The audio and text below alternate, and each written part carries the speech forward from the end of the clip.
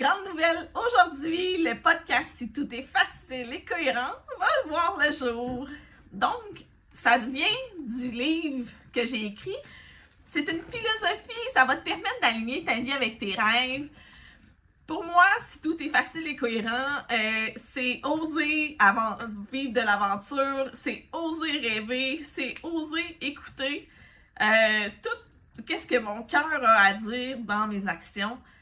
Au lieu de travailler sur ma tête, je fais moi-même des actions qui sont super alignées et je réalise des rêves que des fois tu peux même pas imaginer.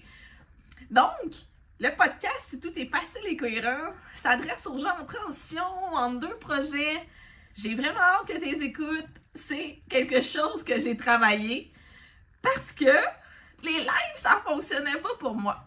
Il y a encore du travail à faire, donc j'ai hâte d'avoir vos commentaires sur le podcast si tout est facile et cohérent. J'accompagne les gens en transition, je suis auteure, je suis conférencière, je me définis pas par un métier, mais je m'amuse dans ma vie. Et à toutes les fois que j'ai des projets, ben sincèrement, j'avance vite. Pourquoi? Parce que mon cœur, les actions alignées sont toujours plus puissantes que le crunch puis le fait d'avancer puis de pas s'écouter. Pour moi, c'est puissant. Pour moi, si tout est facile et cohérent est arrivé dans ma vie, il y a tellement d'affaires qui se sont passées, il y a tellement de belles choses, des rêves que j'ai réalisés. Et j'espère que ça va pouvoir t'inspirer toi aussi.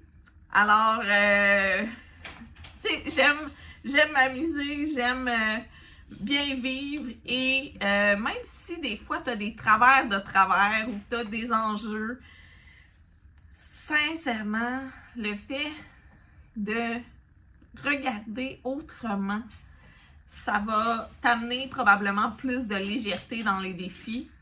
Dieu seul sait à quel point, non, ok, pas juste Dieu, mais plein de personnes savent à quel point j'en ai bavé dans ma vie. Mais même si j'ai eu des enjeux, même si j'ai eu des claques, c'est ce que tu vas apprendre à découvrir un peu, mon bagage.